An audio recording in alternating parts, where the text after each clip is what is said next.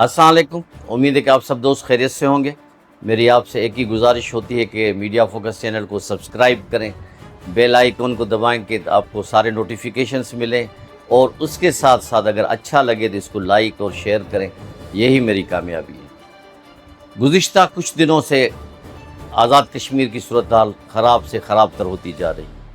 कई सोर्सेस जो हैं, ख़ास करके सोशल मीडिया के, वो अजीब अजीब ख़बरें दे रहे हैं, क्योंकि पाकिस्तानी मीडिया में कुछ ज़्यादा कवरेज नहीं आ रही नेशनल मीडिया में और मुख्तलिफ़ चैनल्स पे, तो सोशल मीडिया को एक किस्म का बहाना मिल गया है और वो ऐसी ऐसी ख़बरें दे रहे हैं कि सुन के ही खौफ आने लगता है। रावलाकोट से जो एक चीज़ शुरू हुई थी, उसने तो पूरी दुनिया में पाकिस्तान के लिए और आज़ाद कश्मीर के हुकूमत के लिए बहुत ही बड़ा नाजुक सूरत हाल पैदा कर दी थी। शहीद तो हो गए सिक्योरिटी अहलकार, लेकिन कुछ शरपसंद अनासिर जो लोग थे वो अंदर हॉस्पिटल में घुस गए, और जो ज़ख्मी लोग थे उनको फिर तशद्दुद किया, फिर वहीं उनको घसीट के बाहर लाए, फिर ख़तरनाक तशद्दुद करके हलाक किया।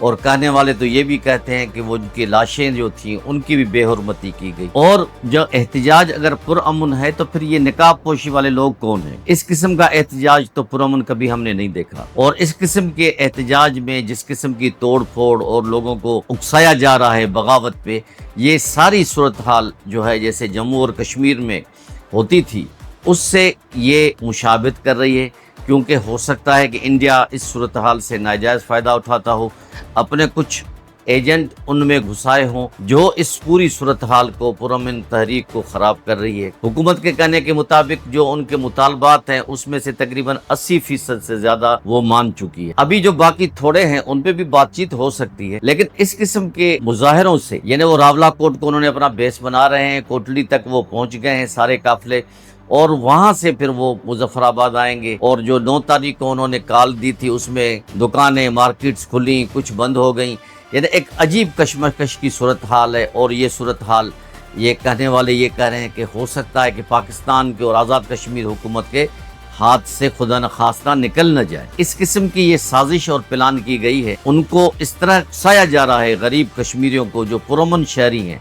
हर एक का अपना अपना एक रस्म व रवाज, ट्रेडिशंस, कस्टम है पाकिस्तान में जैसे और सूबे हैं, इसी तरह कश्मीर का भी एक ट्रेडिशंस, उनकी अपनी कस्टम्स है, रवायात। वो पुरअमन लोग हैं, पुरअमन नमूने से रहना चाहते हैं, लेकिन उनको गुज़िश्ता 1-2 साल से जिस तरह उकसाया जा रहा है, उनको बगावत की तरफ आमादा किया जा रहा है, वो काबिल मज़म्मत है। और हमारी हुकूमत को सीरियसली इसकी तरफ ध्यान देना चाहिए। आजकल इंटरनेट का ज़माना है, कोई चीज़ छुपती नहीं है। इंटरनेशनली ये इंडिया की एक साजिश है कि जो उनकी जो हेडलाइंस अभी अखबारात में बन रही हैं इंडिया की, वो आज़ाद कश्मीर की खबरों से वो लोग सुर्खियां बना रहे हैं, आम लोगों के अलावा दुनिया को दिखा सके कि जो हम पे जम्मू और कश्मीर के इल्ज़ाम लगाते थे उनकी अपनी हालत क्या है। इंडिया के नुमाइंदे बड़े अभी शेखियां मार रहे हैं, इंटरनेशनल फोरम तक वो उन खबरों को पहुंचा रहे हैं।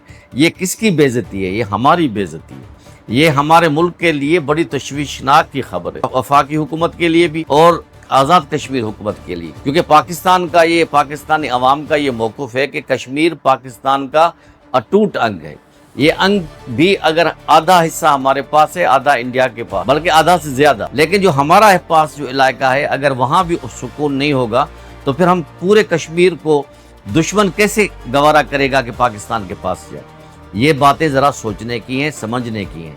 इससे पाकिस्तान का भी रेपुटेशन ख़राब हो रहा है, तो कश्मीर के हवाले से इंडिया उसको निगेटिव वे में पेश कर रहा, ताकि आम दुनिया को ये पता चले कि कश्मीर जो पाकिस्तान का हिस्सा है, वहाँ पे लोग हॉस्पिटल्स में भी महफूज नहीं, वहाँ लोगों को हॉस्पिटल से भी निकाल के मारा जा रहा है, शहीद किया जा रहा है, और कई लोग वहाँ शहीद हुए हैं। वहाँ एक लिहाज से एक कर्फ्यू का आलम है। कर्फ्यू ऑफिशियली तो नहीं लगा, लेकिन लोग जो पुरअमन लोग हैं वो अपने घरों में दबक के बैठ गए। तो ज़रूरत इस बात की है कि हुकूमत को इनिशिएटिव लेना चाहिए, आज़ाद कश्मीर की हुकूमत को इनिशिएटिव लेना चाहिए, और जो भी उनके जायज़ डिमांड हैं उनको पूरा किया जाए, ताकि वो भी हमारे कौमी धारे में हमारे साथ रह सकें। ये हो ही नहीं सकता कि अगर हमारा कश्मीर पुरअमन न हो तो हम जम्मू और कश्मीर जो इंडिया के पास है उसके बारे में भी बात कर सकें। ہر کوئی یہ کہے گا کہ آپ اپنے شہر میں، اپنے ملک میں، اپنے گھر میں تو امن قائم کریں. ہمارا امن دشمن جان بوجھ کے تباہ کر رہا ہے. اور کل بھی ایک بڑا افسوسناک سانحہ مظفر آباد کے قریب ہوا ہے. ہمارا فوجی ہیلی کاپٹر ٹیکنیکل فنی وجوہات کی بنا پہ وہ گر کر تباہ ہو گیا، اور اس میں ایک لیفٹیننٹ کرنل، ایک میجر اور کئی جوان، تقریباً 21 لوگ شہید ہوئے ہیں. اور دشمن اس کو بھی غلط رنگ دینے کی کوشش کرے گا. تو ہمیں پھونک پھونک کے قدم رکھنا چاہیے، لا اینڈ آرڈر کو کنٹرول میں رکھنا چاہیے. اور کشمیر عوام کے جو محبت وطن عوام کے لوگ ہیں، وہاں کے نمائندے ہیں، ان کو کانفیڈنس میں لے کے ان لوگوں سے مذاکرات کرنے چاہیے جو کشمیری مسئلے کے لیے پرامن حل چاہتے ہیں. ہم کسی بھی تشدد کو کبھی بھی تسلیم نہیں کرتے. تشدد کی کارروائیاں دشمن کرتے ہیں. آزاد کشمیر میں یہ تشدد کی جو لہر جو اٹھی ہے گزشتہ 1-2 سال سے، اس میں بھی دشمن کا ہاتھ ہے، انڈیا کا ہاتھ ہے. لیکن ہمیں اس ہاتھ کو کاٹنا ہے، ہمیں اپنے حصے کو مضبوط کرنا ہے.